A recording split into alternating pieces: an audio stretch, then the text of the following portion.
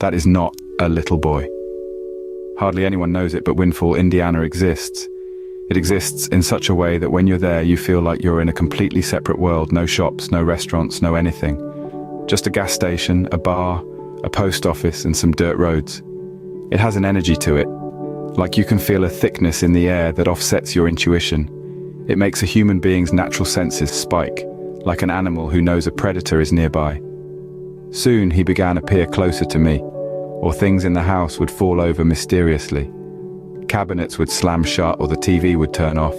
Curtains would sway as if someone had run their hand through them. I'd just blare my headphones and stay put on the couch, staring at my laptop and praying that somebody, anybody, would come home. I'd see him and my face and palms would begin to sweat. I started to feel like maybe the curious spirit maybe wasn't so innocent.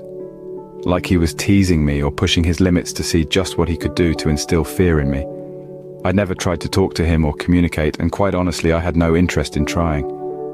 As I kept this secret, our household began to fall apart.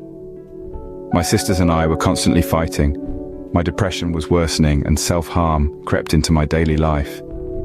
My mother began to drink heavier, and in fits of rage or sadness, she'd say things she didn't mean. She'd changed into a person filled with anger when she'd once been so loving and sweet. My family began to feel like strangers to me.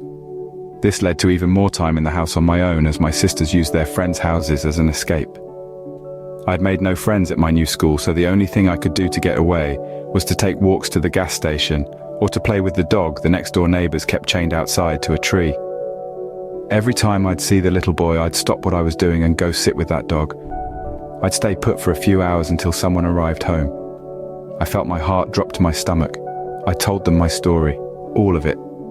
I told them why I'd suddenly become so afraid of water and why I hated being alone.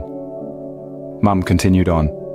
Since leaving the house, I've returned to Windfall a handful of times to visit family. The energy is still there, that heaviness and otherworldliness. As years go on, more and more ghost stories emerge from Windfall and the people who've lived there. Native American spirits and little children. There's something about that place that falls just perfectly on a wave of paranormal possibility. It radiates with things I don't know if we as a species will ever be able to wrap our heads around. Windfall, Indiana exists, and so does everything else in it.